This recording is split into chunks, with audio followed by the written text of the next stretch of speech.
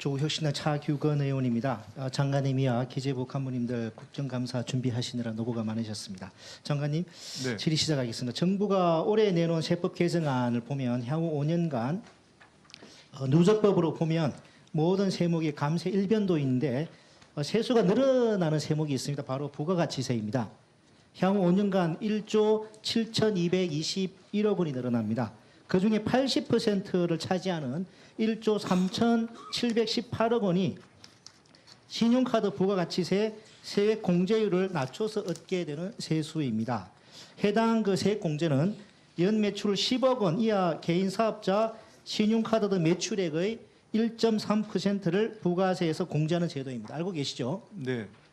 정부는 세법 개정안에서 내년부터 연 매출 5억 원 이상의 개인 사업자에 대해서는 공제율을 0.65%로 낮추겠다고 했습니다. 이를 통해 향후 5년간 1.3조 원이 넘는 세수를 확보하게 되는 것입니다. 문제는 개인 사업자 매출이 5억 원을 넘는다고 하면 굉장히 많은 이익을 얻는 것처럼 느낄 수도 있지만 실제로는 그렇지 않다는 데 있습니다. 실제로 편의점의 경우 평균 매출액이 5억이 넘습니다. CU 편의점의 경우에는 점포당 평균 매출액이 6.2억 원, GS25 편의점의 경우 점포당 평균 매출액이 6.4억 원에 달합니다. 게다가 서울 소재 점포의 경우는 이들 편의점 모두 평균 매출액이 7억 원이 넘습니다. 치킨집도 마찬가지입니다.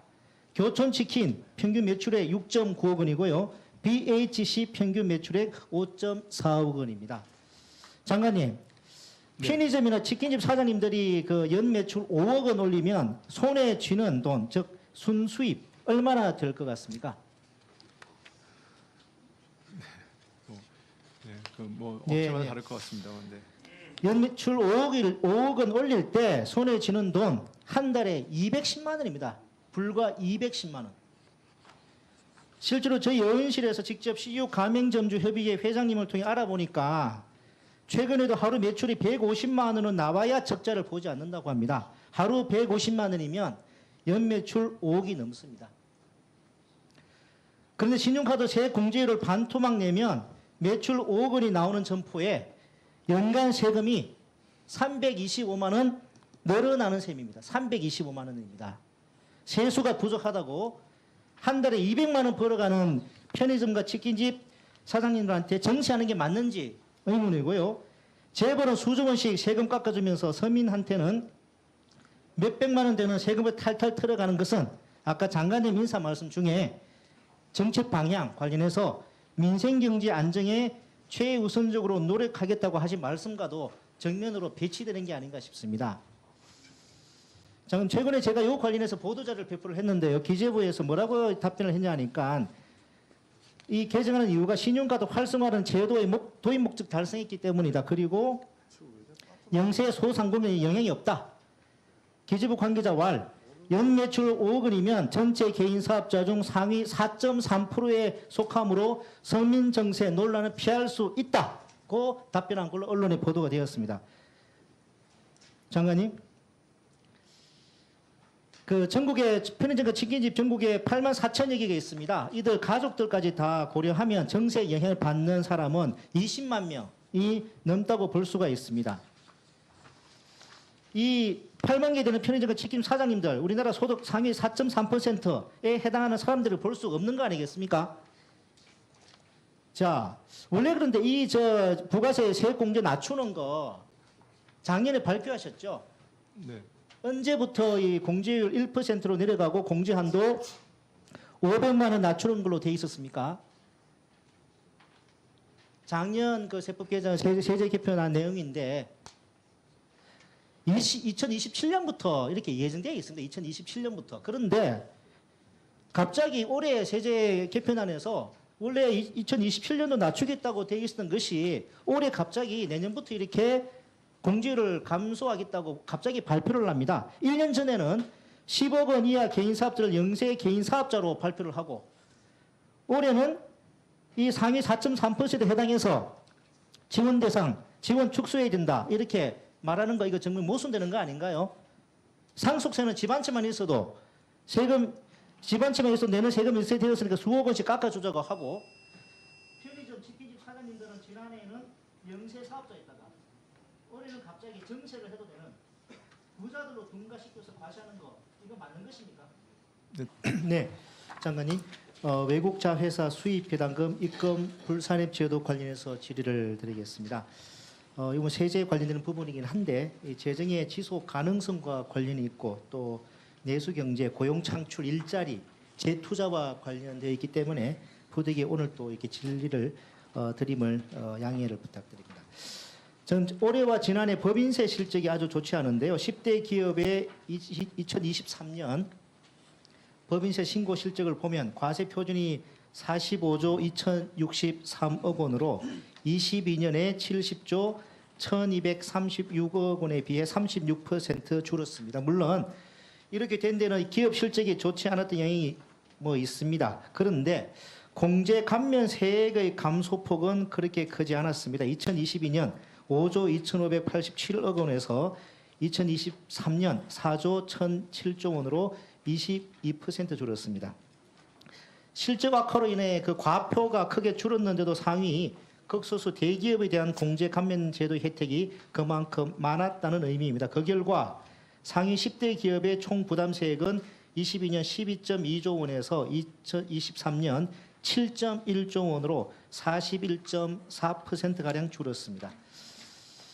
2023년 그 법인세 신고 기준 상위 10대 기업 실효세율이 15.8%밖에 되지 않습니다. 상위 100대 기업 실효세율은 19.5%이고요. 전체 법인세 실효세율이 17.8%라는 점을 감안해 보더라도 정부가 극소수 대기업에게 상당한 혜택을 준 것으로 확인됩니다.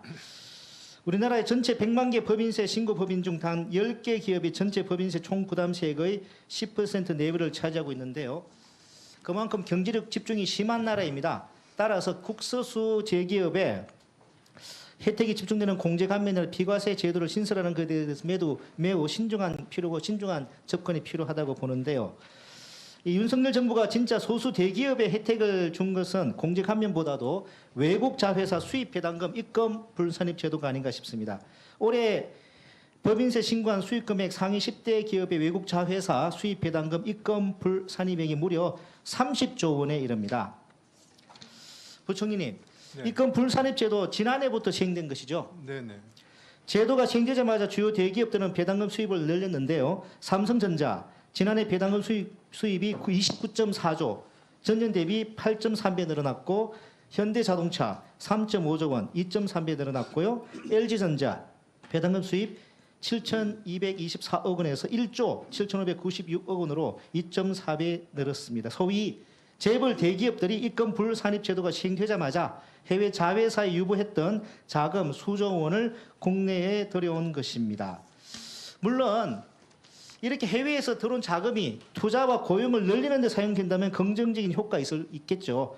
또 부수적으로는 직접 투자 배당 수입이 늘어남에 따라 국제 수지가 개선되는 그런 효과도 기대해 볼 수 있다고 생각합니다. 정부도 그런 효과 기대하고 이 제도를 도입했던 것이죠. 네. 그런데 대기업의 수십조 원의 해외 배당금이 국내로 흘러들어왔지만 지난해 국내 설비 투자는 전년 대비 4.9% 감소했습니다. 고용도 마찬가지입니다. 지난해 삼성전자 고용인은 전년 대비 불과 2%밖에 늘어나지 않았습니다. 물가 상승률만도 못합니다.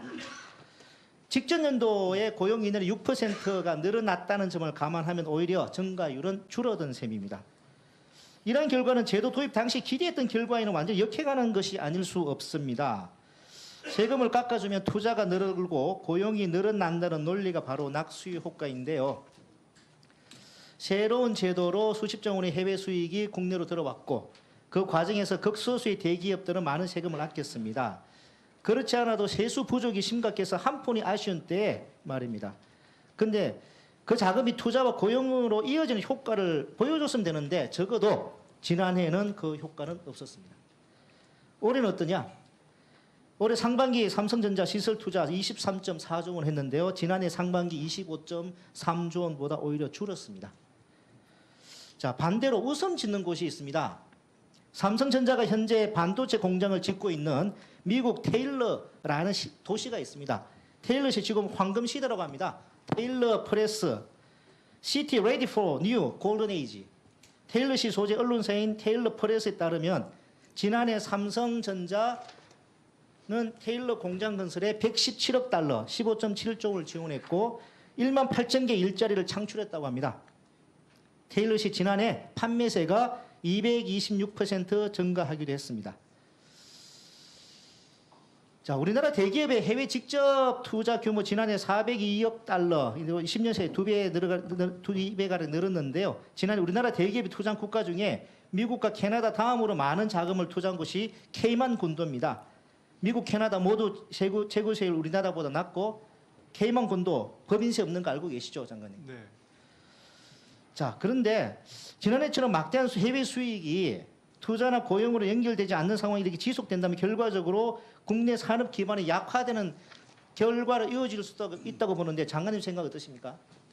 네, 뭐 의원님 우려는 저도 뭐 공감하는 부분이 있습니다만 지금 글로벌 공급망이 재편되는 과정에서 우리나라는 결국 수출과 기업들이 해외 활동을 해야 되기 때문에 그걸 촉진하는 일환으로 해외 투자를 하는 것입니다. 그렇기 때문에 저희가 뭐 단년 단위로 어떤 것들이 어떻게 영향이 있냐 이렇게 말씀을 하시는 거는 조금은 그 부분에 대한 결과나 영향을 우리가 객관적으로 볼 수 없지 않을까 생각이 들고요. 예, 그다음에 좀더 아까 해외 자회사 배당금 입금 불산업 관련된 부분은 글로벌 스탠다드고 제도는 어느 나라도 그렇게 하고 있습니다. 그래서 저희가 그걸 도입한 것인데 자, 그 장관님, 자체에 시간 대해서 부족으로 다른 좀 긍정 효과도 있고요. 먼저 좀 말씀을 네. 시간 부족 미안합니다. 네, 죄송합니다. 말씀 끊어서. 근데 그 입금 불산입 제도 그 도입할 때 전문위원 검토 보고서를 보면 기업의 해외 투자를 유도하여서 국내 투자와 일자리가 줄어들 가능성이 있다고 우려한 바가 있고요. 최근 한 논문도 똑같이 국내 자회사와 해외 자회사 입금 불산입률이 다르다 보니 해외 자회사 유보금을 내국 범인에 배당한 후에 그 배당금을 다시 투자할 때는 입금 불산입률이 높은 해외 자회사에 투자할 가능성이 높다고 지적하고 있습니다.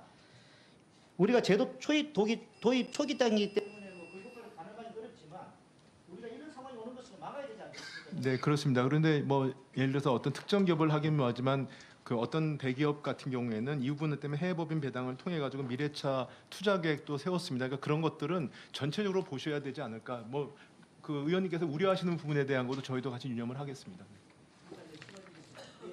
예, 수고하셨습니다. 다음은 존경하는 차규건 의원님 질의해 주시기 바랍니다. 네, 장관님 아까 전에 질의드린 그 해외 자회사 입금 불산입에 대해서 조금 더 추가적으로 질의를 하겠습니다. 그 경제 단체들이 지금 현재 95%인 해외 자회사 입금 불산입률을 100%로 늘려달라고 건의하고 있죠.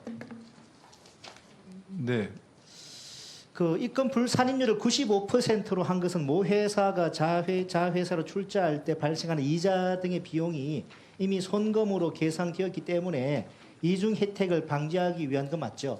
네. 그런데 최근에 미국 대선에서 해리스 후보가 법인 세율을 인상하겠다는 등 입장을 발표하니까 경제단체들은 나머지 5%까지 반영해 달라 이렇게 요구하고 있는 것 같습니다. 장관님, 이 경제단체들 요구 받아주실 의향이 있으십니까? 뭐 현재는 저희가 검토하고 있지 않습니다. 네. 자, 장관님, 미국의 경우는 이 입금 불산입 제도, 해외 자회사 입금 불산입 제도 등으로 이게 남용 문제 때문에 과도하게 해외 투자가 이루어지고 또 그 때문에 국내 산업 구조가 취약해지는 것을 방지하기 위해서 미국의 경우에는 2017년도에 의무 송환세 MRT라는 걸 도입을 했고요. 또 해외 저율과세 무형 자산소득 길티란 것도 도입을 해서 해외에 과도한 유보소득이 쌓이지 않고 국내로 들어올 수 있도록 제도를 보완했습니다. 이 부분에 대해서도 장관님 한번 검토해 주셔야 되지 않겠습니까? 네, 뭐 검토를 해보겠습니다. 네. 네.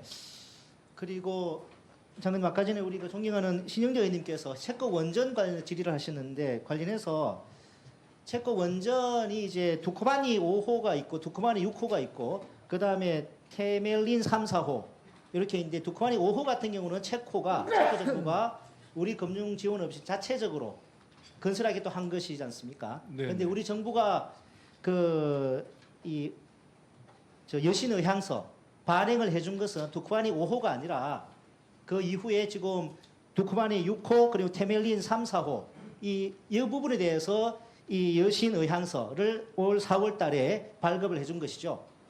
아마 뒤에 두기는 아직까지 저쪽에서 확정은 안 됐고, 그게 예. 안 나왔기 예, 때문에 6호만 확정은 그러니까 5, 됐습니다만. 6호 부분에 제가 뭐 그 부분은 제가 정확히 모르겠습니다만 아까도 말씀드렸듯이 그 부분은 저희가 수주를 하는 데 있어서 통상적으로 내는 그런 의향서이고요. 네, 그 때문에 장관님, 저희 그런- 약속을 했거나 그렇지는 않다 이런 말씀을 예, 드립니다. 그런데 자, 그럼 두쿠바니 5호 같은 경우는 체코가 우리의 어떤 금융시운을 자체적으로 이제 그 짓기로 확정이 되어 있는 상태고요. 근데 이 두쿠바니 6호와 태블릿 3, 4호 같은 경우는 우리가 여신 의향서를 제출을 했고 향후에 우리나라의 금융 지원이 이루어질 가능성은 있는 것이죠. 그 뭐 제가 가능성을 말씀드리는 건 어렵지만 아까도 말씀드렸듯이 아니 그- 여신 의향서를 제공했다는 것은 네, 그러니까 그런 가능성이 뒤에 있다는 그- 거 아니겠습니까? 뭐 예를 들어서 그런 것들이 저희가 그 전체적으로 지금 현재로는 그런 게 없지만 그런 게 없지만 가능성을 물어보시니까요. 그런 부분들은 저희가 수주가 그 수주 논의가 되는 과정에서 뭐 그런 가능성은 전혀 부인할 수는 없을 것 같습니다.